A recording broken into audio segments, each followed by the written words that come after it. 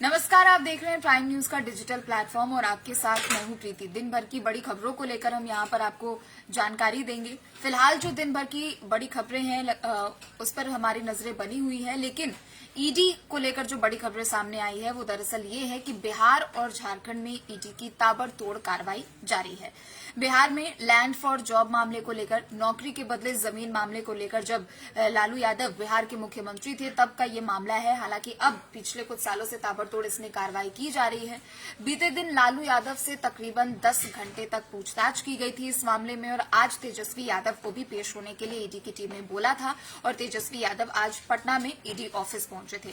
जैसे ही Tejashwi Yadav ED office पहुंचने के लिए घर से निकलते हैं, घर के बाहर आरजेडी कार्यकर्ताओं का हुजूम वहां पर देखने को मिलता है। सभी आरजेडी कार्यकर्ता जो हैं वो लालू यादव और तेजस्वी यादव के पक्ष में नारेबाजी कर रहे होते हैं, तो दूसरी तरफ सत्ता पक्ष यानी बीजेपी और साथ ही साथ ईडी और केंद्रीय जो जांच एजेंसियां हैं उनके खिलाफ वो वहां पर नारेबाजी करते हुए भी नजर आए, विरोध प्रदर्शन करते हुए भी नजर आए।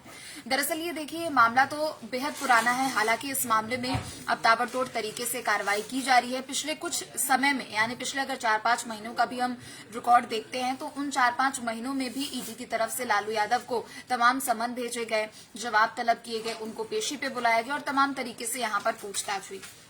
तो वहीं आपको ये भी बता दें, जो लालू यादव की बेटी है मीसा भारती, उनकी तरफ से ईडी को लेकर बयान दिए गए हैं। उन्होंने कहा कि ईडी ने अमानवीय व्यवहार लालू यादव के साथ किया है और नरेंद्र मोदी पर भी उन्होंने हमला बोला और कहा कि पीएम मोदी 2024 को लेकर डर रहे हैं और डर की वजह से ये सब कर रहे हैं। चूंकि देखिए, आप सभी लोगों को पता है कि केंद्रीय जांच एजेंसियां जो है वो ताबड़तोड़ तरीके से कार्रवाई कर रही है, चाहे भ्रष्टाचार के मामले को लेकर हो या फिर तमाम कुछ ऐसे मामले हो जो कि पिछले कुछ सालों में काफी ज्यादा उजागर हुए थे। अब उन मामलों को लेकर ईडी, सीबीआई और जो भी जांच एजेंसियां हैं सभी की तरफ से ताबड़तोड़ कार्रवाई की जा रही है। लेकिन ऐसे में आज जब तेजस्वी यादव ईडी ऑफिस पहुंचे तो वहां पर काफी ज्यादा हुजूम देखने को मिला और ईडी की टीम उनसे भी लगभग 7 से 8 घंटे पूछताछ करने वाली है। तेजस्वी यादव की तरफ से बकायदा एक बयान भी जारी करके कहा गया था कि जब नीतीश कुमार ने सत्ता पक्ष पलटा था, जब नीतीश कुमार ने इस्तीफा राज्य भवन में बीते दिनों दिया था, तो तेजस्वी यादव की तरफ से आरोप लगाए गए थे कि कुछ केंद्रीय जांच एजेंसियां हैं जिनके दबाव में आकर नीतीश कुमार ने अपना पाला बदला है और वो एनडीए के साथ जाकर वहां पर सत्ता पक्ष के साथ जाकर वहां पर सरकार बना रहे। उन्होंने कहा कि हमने नौकरियां दी है, लेकिन जब उन्होंने कहा कि आरजेडी की तरफ से नौकरियां दी गई तो बीजेपी की भी तरफ से उन पर हमला बोला गया। बीजेपी की तरफ से उन पर कटाक्ष करते हुए कहा गया कि नौकरी देने के बदले आरजेडी की सरकार में जो उस वक्त मंत्री हुआ करते थे, चाहे वो लालू यादव हो या फिर तमाम मंत्री जो उस वक्त हुआ करते थे, वो उनसे गरीबों की जमीन भी लेते थे ताकि उन्हें नौकरी दिया जाए और इसी पूरे मामले को लेकर ईडी की ताबड़तोड़ कार्रवाई जारी है। दूसरी तरफ हम झारखंड की बात करने वाले हैं, जो कि बिहार का पड़ोसी राज्य है।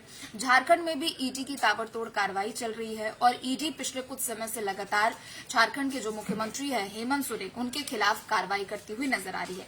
ईडी ने अब तक तकरीबन 6 समन भेज चुके हैं हेमंत सोरेन को। जमीन घोटाले से ये मामला जुड़ा हुआ है जिसमें हेमंत सोरेन के खिलाफ कार्रवाई की जा रही है। हेमंत सोरेन को बीते दिनों पेश होने के लिए भी कहा गया, लेकिन हेमंत सोरेन लापता बताए जा रहे थे। हालांकि अभी जो जानकारी निकलकर सामने आई है, दरअसल हेमंत सोरेन ने ईडी को चिट्ठी लिखी है और बताया है कि वो कल यानी 31 जनवरी को पूछताछ के लिए उपलब्ध रहेंगे।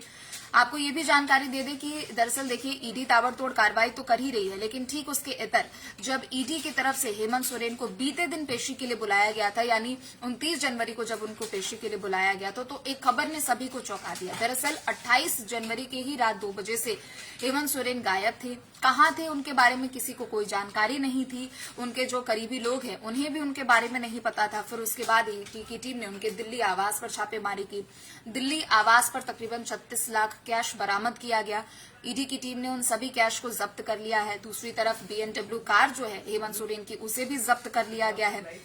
तो वहीं अब बीजेपी भी अब झारखंड मुक्ति मोर्चा पर निशाना साध रही है। दरअसल झारखंड मुक्ति मोर्चा, जो कि हेमंत सोरेन उसी पार्टी से विधायक है, बरहेट से विधायक है हेमंत सोरेन, और ऐसे में सभी झामुमो के विधायकों को रांची में ही सर्किट हाउस में रहने के लिए आदेशित कर दिया जा चुका है। सभी को निर्देश दिया जा चुका है कि कोई भी राज्य से बाहर ना जाए, ना कि राज्य से बल्कि कोई भी शहर से बाहर ना जाए।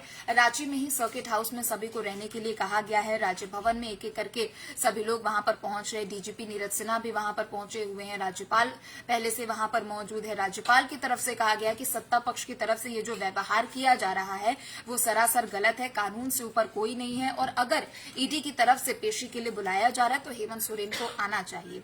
आपको ये भी बता दें कि दरअसल देखिए बीजेपी की ओर से एक पोस्टर हेमंत सोरेन को लेकर जारी किया गया है और वो पोस्टर राज्य के पूर्व मुख्यमंत्री बाबूलाल मरांडी ने जारी किया है और उस पोस्टर में हेमंत सोरेन को उन्होंने लापता बताते हुए तमाम उनके कैटेगराइजेशन वहां पर किए हैं कि आखिर हेमंत सोरेन कैसे दिखते हैं, कितने साल के हैं, कब से वो मुख्यमंत्री हैं, कब से लापता है। इन तमाम चीजों को उस पोस्टर में अंकित किया गया है और लिखा गया है कि जो भी लोग हेमंत सोरेन का पता बताएंगे या जिन किसी को भी हेमंत सोरेन कहाँ है उसके बारे में अगर पता होगा तो उन्हें बीजेपी की ओर से 11,000 रुपए से सम्मानित किया जाएगा। तो जिस तरीके से ताबड़तोड़ कार्रवाई ईडी की चल रही है, एक तरफ बिहार में जहां पूर्व डिप्टी सीएम तेजस्वी यादव को आज पूछताछ के लिए बुलाया गया, तो दूसरी तरफ झारखंड के जो मौजूदा मुख्यमंत्री है हेमंत सोरेन, उन पर भी गिरफ्तारी की तलवार लटकी हुई बताई जा रही है। चूंकि ईडी की तरफ से एक के बाद एक समन हेमंत सोरेन को जारी किए गए हैं, लेकिन फिलहाल हेमंत सोरेन ने ईडी को चिट्ठी लिख दी है कि वो कल पूछताछ के लिए मौजूद रहेंगे। हालांकि पूछताछ के बाद ही तस्वीर साफ हो पाएगी कि आखिर ईडी के कितने सवालों के जवाब हेमंत सोरेन ने भी दिए और तेजस्वी यादव ने भी कितने सवालों के जवाब दिए। तो चलिए फिलहाल के लिए इतना ही। बाकी खबरों के लिए आप देखते रहे प्राइम न्यूज। नमस्कार।